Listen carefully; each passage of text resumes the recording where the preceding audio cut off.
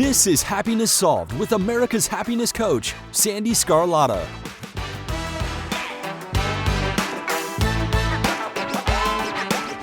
Hello, everyone, and welcome to today's episode. I am so happy you're here. So before I introduce today's guest, I want to share with you my 5 tips to stop abandoning your goals. Here we are, January 2022. It's always the time of year where a lot of people decide they're going to lose weight, get in shape, and they set their New Year's resolutions. But did you know that studies show that by mid-February, 80% of people give up on those goals? That number is astounding.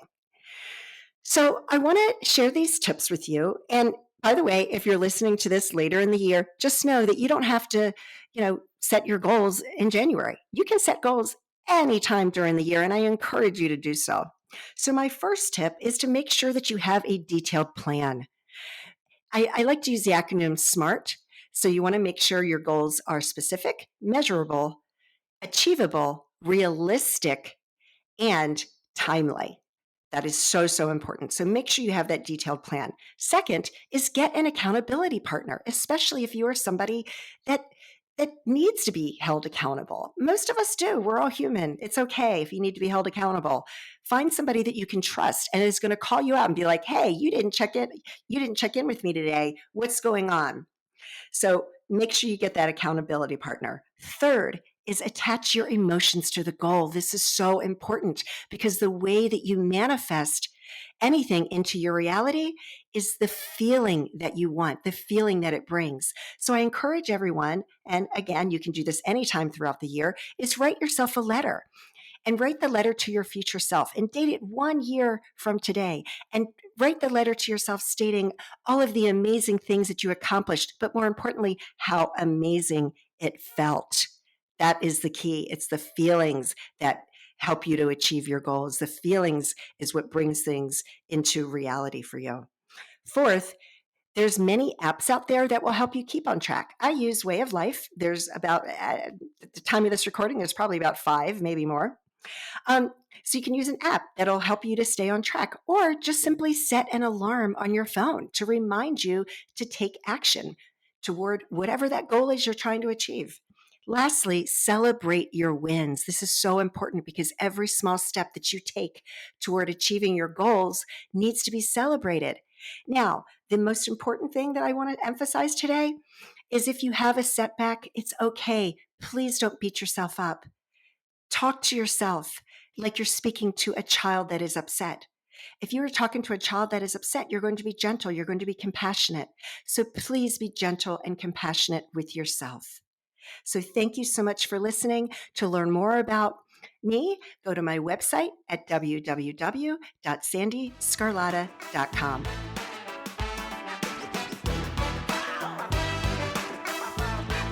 Today's guest is Sam Thiara. Through his tireless work, Sam continues to be committed to the betterment of communities as a speaker, educator, and storyteller. Sam has mentored and coached hundreds of individuals in their life and their career. He is also an accomplished speaker, and in 2011, he did a TEDx talk where he created his signature phrase, discovering the extraordinary in the ordinary. And let me tell you, this is an extraordinary interview, and you don't want to miss it.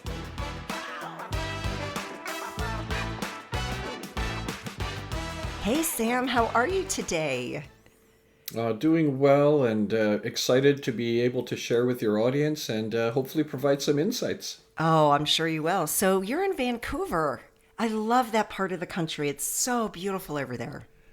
It is. I mean, we have all our seasons, but equally it's a place where, you could go golfing in the morning and skiing in the evening. And, we have our wilderness, and it's just a beautiful place to grow up and to raise a family. Nice, nice.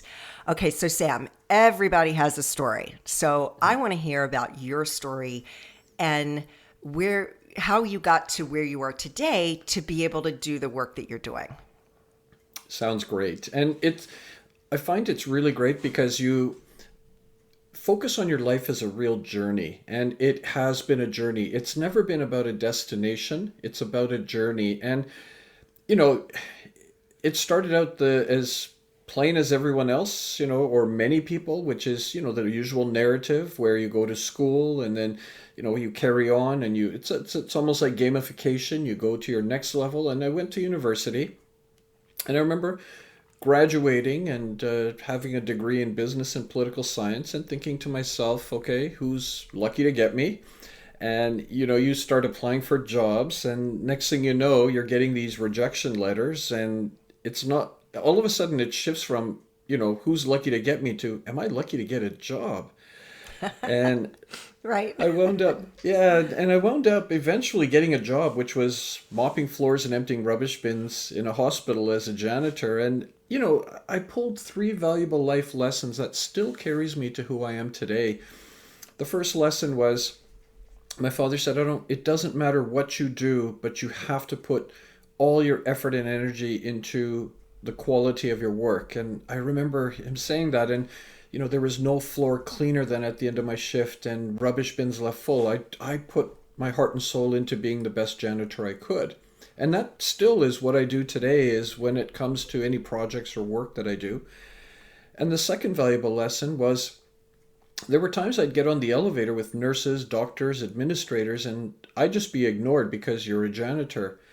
I know what this feels like, so I make sure I treat everybody with, that aspect of talk to them and listen to who they are. Everybody has a story. And the third valuable lesson was, in anything that we do in life, there's always an opportunity to pull life lessons. And, I think sometimes we go through life in autopilot and we forget that, but what am I learning here?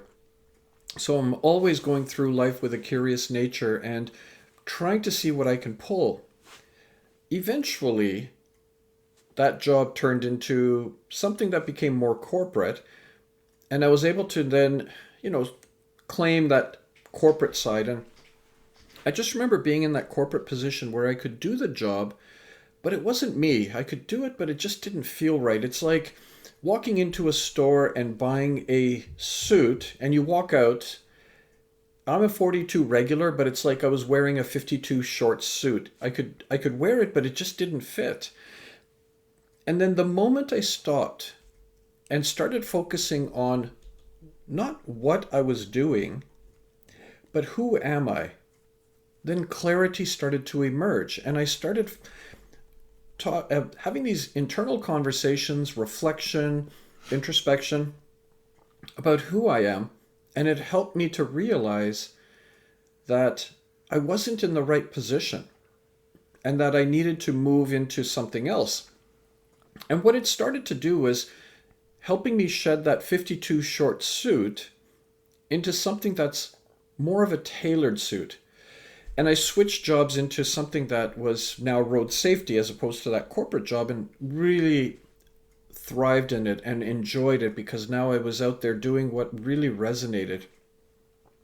Eventually, though, I left that position, even though I loved my job, because the company needed about 850 people out of 6,000 to leave. And I just recall looking at this, and everybody says you're making the biggest mistake of your life because you're working in the corporate world. It's a government job, great pay, great wages, great pay, great benefits, stability. Everything says you should be staying, and you love your job. And I looked at it, and there were two words that just really resonated with me that enabled me to then click the button to leave the corporation. And one word was comfort. And I think we strive to this thing called comfort, but what I've realized because of the reflection introspection is comfort's also not a good word, because I stopped growing as an individual. And the other word was uncertainty. If I leave, there's uncertainty because I don't have a job. And by staying, there's uncertainty because, they could move me where they want. But by leaving, I control my uncertainty, no one else does. And I remember clicking the button, and 100% of the people around me, family, my wife, everybody, my colleagues, said, you're making the biggest mistake of your life. But 2.5 months later, I wound up working on the Olympic bid to get the games to Vancouver. Nice. and worked on, yeah, it was one of the most amazing projects that I've ever worked on, because when the games actually came to Vancouver, I decided I wanted to be a spectator, but then you could sit back and say, yeah, you were part of this process to get it here. And watching the faces of the people on how they enjoyed it. And then the other job I got, which was, I got a really interesting job in the university after working on the Olympic bid. And I'm still there at the university, but it was to help students realize that grade point average marks, those are what you can work towards and strive towards, but there's more to life than just the marks, and helping them build their personal brand, their character. And a lot of it just sort of came full circle because there was nobody there to help me in my process. I had to stumble along almost in that darkness, fumbling along until I got where I got. And I didn't want people to go through what I went through. So even to this day, I still have 3 to 8 conversations a week to help individuals in their journey. And yesterday, for example, I had 2 conversations, and today, later on, I have to do a workshop for these audiences. The one-on-one conversations, it's been about 5,000 to date to help individuals in their own personal journey. And it all stems because, all of those obstacles that I encountered, and it really resonated with me because one of the quotes I live by is, obstacles are the necessary bricks on the road to my success. Don't fear the obstacles, embrace them. They are there. And I just recall in that regard, just capturing that and, thriving in the uncertainty and ambiguity. I realize that's not for everybody, but for me, that's where my magic happens, and that I'm able to help people. The other part of this story, though, is, because that brings you to who I am today, is this idea of identity. Because I struggled with identity growing up. I was born in England, raised in Canada. My parents come from Fiji Islands, which is near Australia, and my grandparents are from India. And it's interesting because people would, physically, when they look at me, they think that my family background's from India, and you get this, what part of India are you from? And my reply back is, well, I was born in England, raised in Canada. And they're like, no, your parents, what part of India? And then you're like, well, they come from Fiji. And they look at you and they're like, but are you Indian? And I'm like, well, my grandparents are from India. And others who say, well, you're not Indian, you're Canadian. And you struggle with this aspect of identity. And I think this was throughout my life. And in university, it was great because when I was there, I was exposed more to a multicultural, global community. But it made me realize that's a part of my life I was missing, my Indian cultural identity. So in 2004, I decided I wanted to go on a journey. For the first time, I went to India with this idea that I want to find my ancestral roots, but I also want to find myself, my own identity of my Indian background. And I had a faded photograph, very little information, had the name of the village, the town, the district, but very little information. And it was going to India for the very first time. I was a foreigner going to a land that should not be foreign to me, looking for a needle in a haystack. And we didn't even know where the haystack was. But again, I thrive in ambiguity and uncertainty, and I took this on as a challenge. And it was interesting because I really got to realize my own identity. It was, by traveling through India. I remember waking up at like 4 a.m, just my eyes just opened, and I had a epiphany of my identity, because my identity was always segmented, like British, Canadian, Indian, and Fijian. And I just recall there's an Indian dish called a thali, and it's a platter with segmented bowls. So that's what my life was. Canadian, British, Indian, Fijian. And to be fair, Sandee, I also played in an Irish military pipe band for 11 years, so there's a bit of Irish chutney on the side there too. Like, come on, I'm so confused. But But my realization though was that instead of being this thali, this segmented platter of a dish, instead, what I found is that I'm a rice dish called Khichari. And Khichari is an Indian dish where you go to your fridge. It's a simple meal. You pull the vegetables, you mix it with the rice, you add your flavors, and it's a blend of flavors. And I realized I'm Khichari. And Khichari would be the equivalent of, let's say, you make an omelet. And I think that clarity helped me to appreciate, all of this in the sense that rather than segmenting, I could just be who I am and embrace the fact that I have this background. And so that's where it really helped me to realize my identity. And then there was also this part about trying to reconnect with this ancestral roots, because my grandfather left India when he was like, I think 17 years old, around 1905. And, he was landlocked in a part of India, but he basically ran away from home with his best friend and got on a ship and was on his way to Argentina for cattle ranching. But the boat stopped in Fiji, and that's where he wound up never making it to Argentina. And this is where, from a family background, you wonder, if you don't capture the stories disappear, they evaporate. And I remember asking family members who are still with us or whatever they could remember, how did my grandfather wind up in Fiji, of all places? And they said, yeah, because he was on his way to Argentina. And, you're getting three different stories. Either, maybe he comes from a landlocked part of India and, sea travel, and after so many, like a month on sea, maybe he just got tired of travel and wound up saying, nope, that's it, I'm done. Or maybe Fiji really was the paradise that it really is, and I've been there. And maybe he said, this is a beautiful place. I think this is a great place for me to start. Or maybe he wound up landing in Fiji, thought it was Argentina, got off the ship left, and he goes, wait, this isn't Argentina? And now he's there. But I needed to reclaim that past, and it really was that photograph. It was a faded photograph. That's all I had, and very little information, and a lot of people saying you can't find it, you won't find it, you may not get a good reception. But I was persistent, and there were setbacks along the way. And I just recall, meeting people, asking them, and, they're all like, no, this isn't the right place, or it's not the right term for the village. I think you got a mistake here. Anyways, we went on a wild chase, and then you have this anticipation that maybe I'm going to find something.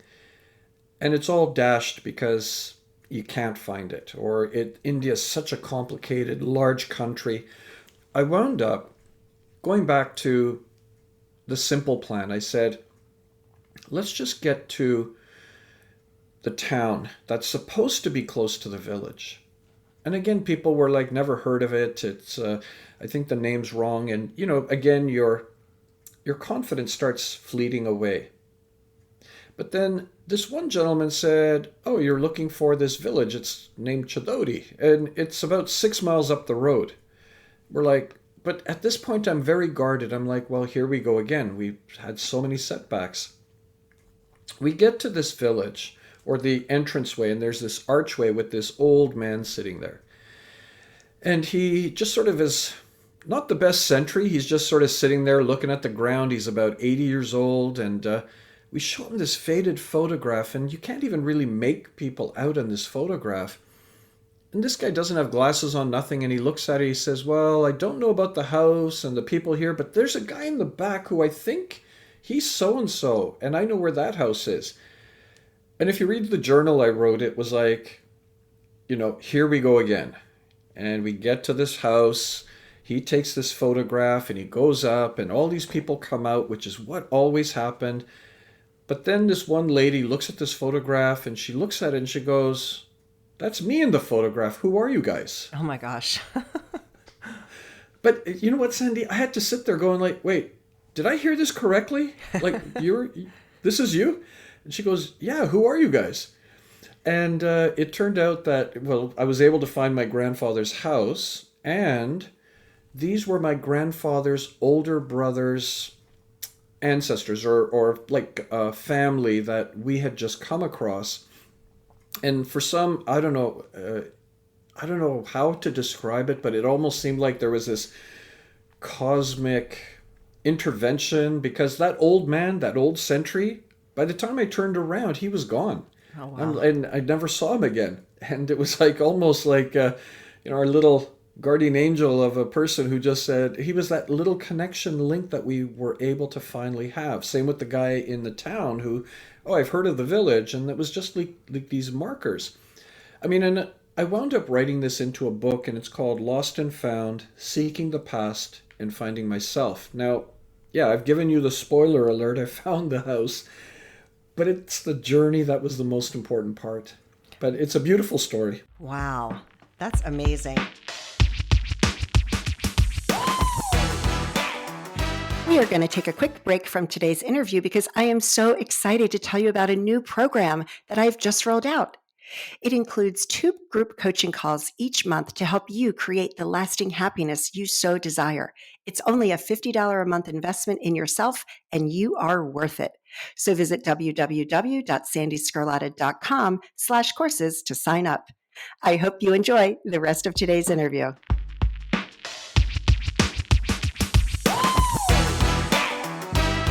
And I've been sitting here taking notes because there's so much I want to go back to. Okay. Go ahead, Sandee. Okay, so when you started out talking about your journey and the things that you learned when you were a janitor, Yes. that just, I love that. And there's so many amazing nuggets in that, because I know that my father would always say, you treat everybody the same, from the janitor to the CEO. And it always makes my skin crawl when I hear that, it made my skin crawl when you were saying how you were in the elevator with the doctors and the nurses and they wouldn't even acknowledge you. Yeah. And I'm so sorry that you were treated that way. But the fact that your big takeaway, which I love, is that you can always pull life lessons out of every situation. And I think that's such a big message that people really need to hear, because in today's world, we're constantly going from one thing to the next, and we're living these busy lives, and we're not taking the time to really, learn from the situation that we were just in. No, truly. And in my first TEDx speech that I did, which was, how do you discover the extraordinary in the ordinary? Because again, it goes back to exactly what you said. I think we get so focused on our routine, and everything is ordinary, but embedded in the ordinary are these tremendously extraordinary experiences. And sometimes it's just, maybe taking a different walk through the park to get to your workplace, or during your break, you do something else. And, there is extraordinary in the ordinary. And we just have to be open to this. Yeah, no kidding.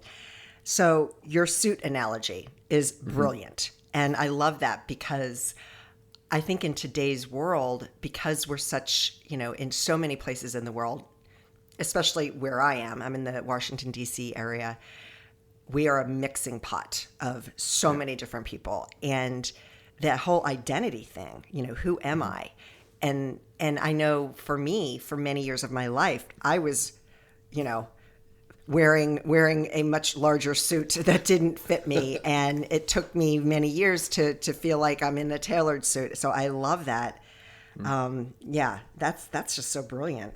And so when you were talking about, you were born in Britain, raised in Canada or Vancouver, but you've got Fiji and Indian and all of that. And I was like, it's not something, because my grandmother came to the United States from Scotland in like early 1900s.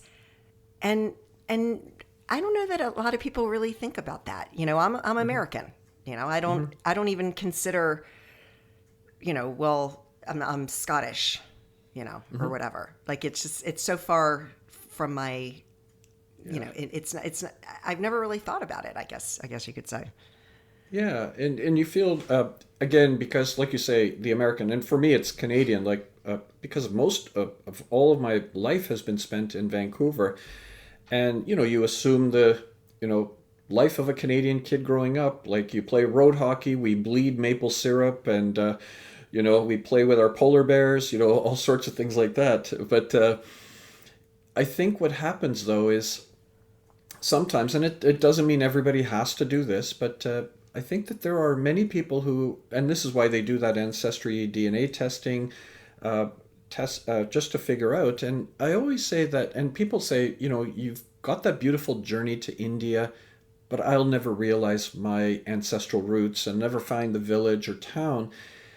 But my response back is, I was very fortunate that I was able to find my grandfather's house. But if that didn't happen, just the fact that I was in India and maybe even close to where my ancestors are from, there was something in me that just said, this resonates.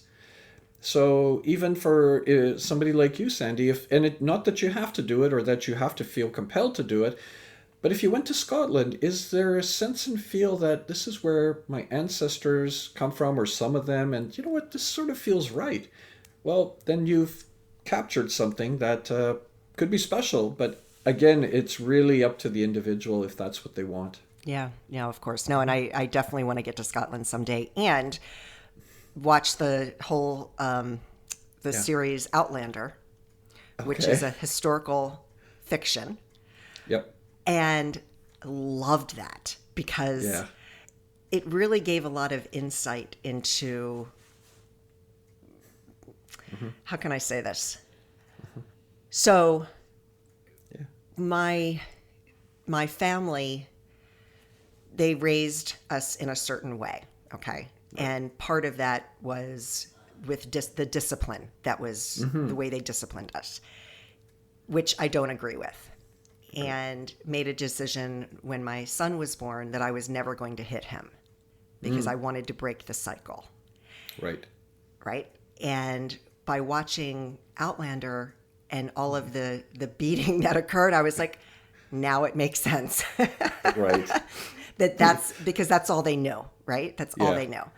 And now I broke the cycle with my son, and because I wanted to stop that. Yes. But it's interesting because of the way that, like you say, it comes down in somewhere, and maybe it's because you're in a different environment than what they were all in, that you're able to break that cycle because it's different here than it is there. Right. My question to you, Sandee, is when you hear the pipes and drums, do you like that? In a pipe band? And I don't know. Men in kilts doesn't really do much for me. I was one of those, but yes. Right. But but it's definitely the whole Stonehenge and all of that. That's where I want to go because that's it's very spiritual and that's what I want to see. Yeah, and actually what I find is that by going on this journey to India, it helped me to realize the difference between a tourist and a traveler. Because a tourist just wants to experience. They want to be taken somewhere, they want to be shown, and then they want to get back in and we'll get back to the hotel. And there's nothing wrong with being a tourist. That's how some people really appreciate and enjoy travel. But for me, it was, I'm a traveler. I really want to embrace, wherever I travel in the world, I want to experience the really magnificence, but also the hardships. Like when I went to India, yes, I saw some of the magnificent structures and what it stands for, but I had to see the poverty as well. Not from a voyeurism standpoint, but I needed to experience the poverty because you can't hide that. So I think that's a distinguishing piece as well as, you can be a tourist and there's nothing wrong with it. But I think personally for me, I want to be a traveler. I want to learn. I want to experience. And it really means a lot to me that way. Love it. So what is your title at the university, and what university do you work at? Yes, so I teach at the Beatty School of Business at Simon Fraser University. So there's your Scottish heritage right there. You can always come and know that we're a Scottish school. And I teach organizational behavior and an introduction to business. And the beautiful part about this is that, as I mentioned, I really like working with the individual and, my class, because it's organizational behavior, what it does is it allows me to also work on their personal and professional development as opposed to just giving them theories and concepts. I think sometimes what happens is, you know, there's what I call the myth, theory, and practice. So, myth is what we believe the world to be. So, they come in with these perspectives and perceptions. Theory is what I give them out of the textbook about these various theoretical aspects of organizational behavior. But for me, because I come from industry and I'm very practical this way, does the theory work? How does it work? And this is where my storytelling comes in for my students, is I use examples and stories of how industry works as a result. And, I find I have a lot of fun teaching. And as a result, I think my students have a lot of fun in class too. Oh, that sounds amazing. And I bet you're probably one of those people that they'll never forget. I'll never forget that class.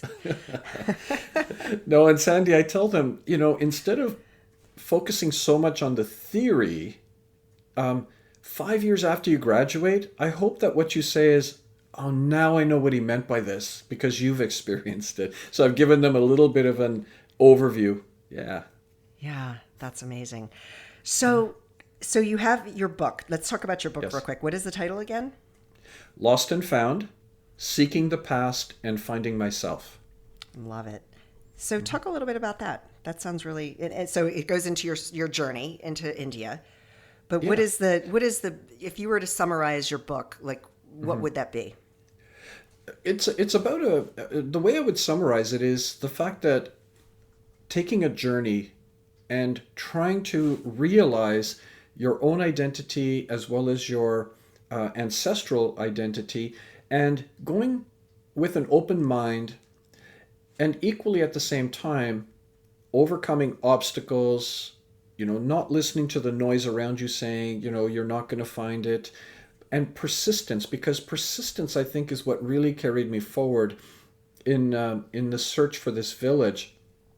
But it was also being open to experiences, being open to, the extraordinary in the ordinary. So all of these, life experiences I was able to bring with me in a virtual backpack in my mind of what I wanted this trip to be, but also be open to it in the sense that, if I didn't find my grandfather's house, not to be defeated by it, but to say, at least I tried, and I'm in a place where my ancestors were, maybe not the same, house, village, or town, but this sort of connected me to it.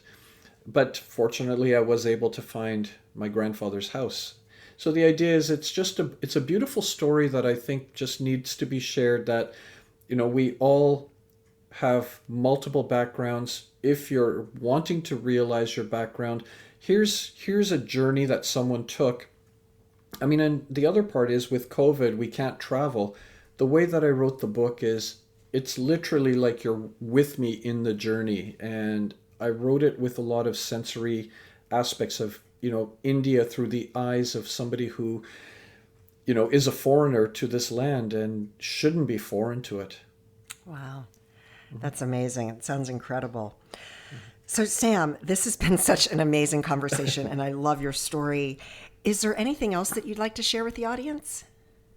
Yeah, I think what I'd like to just share with your audience, just two quick things. One is, the fact that we're going through a lot at this time in life with the pandemic. And one thing I've always shared with my class or workshops or when I'm working with organizations is the need for us to care right now. And what CARE stands for, to help us get through this pandemic, is collaboration, adaptability, resilience, and empathy. We need to work together to get where we need to go. Like, we all have something to contribute to this. Adaptability is the fact that if you are open to adaptability and pivot and able to be agile, great things can happen. and you're focusing on opportunities, not on the problem. Resilience is, we're going to get through this, but you build resilience into your life to know that this is not over today, next week, or next month. And empathy is care and compassion that we need to show each other, because I think we lack care and compassion in the world. And this is combined how it's going to help us get through this. So collaboration, adaptability, resilience, and empathy. And the That's last, beautiful. and the last, thank you. And the last thing I just want to leave is my signature tagline: everyone's life is an autobiography. Make yours worth reading. We are all living stories. We all have something to share and to contribute. So be sure that you are building this autobiography, because it's your story. Oh my gosh, that's incredible. Sam, it has been such a pleasure and an honor to have you on my podcast. So thank you so much. And I wish you all the best. Well, thank you, Sandee, and it's been a pleasure speaking with you today. All right. Take care.